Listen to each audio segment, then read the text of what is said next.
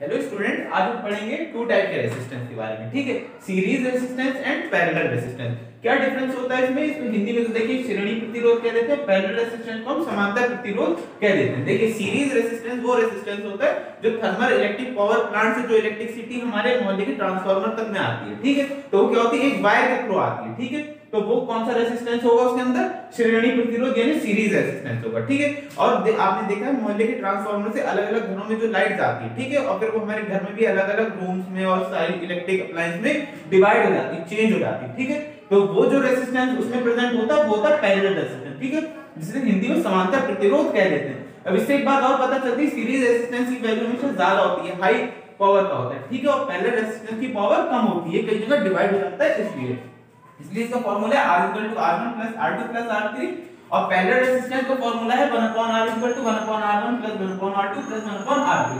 अभी देखिए simple form में लिखा है इसलिए ऐड होगी इसकी वैल्यू ज्यादा हो जाएगी। ठीक है, ये फ्रैक्शन फॉर्म में लिखा है इसलिए इसकी वैल्यू लो हो जाएगी। और एक बात पता चलती है कि सीरीज रेजिस्टेंस कहीं पर भी डिवाइड नहीं होता है। ठीक है, जबकि पैरेलल रेजिस्टेंस देखिए 3 जगह पर क्या हो रहा है, डिवाइड हो रहा है। यहाँ सेम रेजिस्टेंस है बट कहीं भी डिवाइड नहीं हो रहा है। ठीक है, तो यही नॉर्मल से डिफरेंस है सीरीज रेजिस्टेंस और पैरेलल रेजिस्टेंस में। ठीक है, इसके हाई स्कूल के बोर्ड एग्जाम में बहुत सारे न्यूमेरिकल्स आते हैं साइंस के पेपर में, तो अब इस टाइप से इसको समझ सकते हैं। ओके।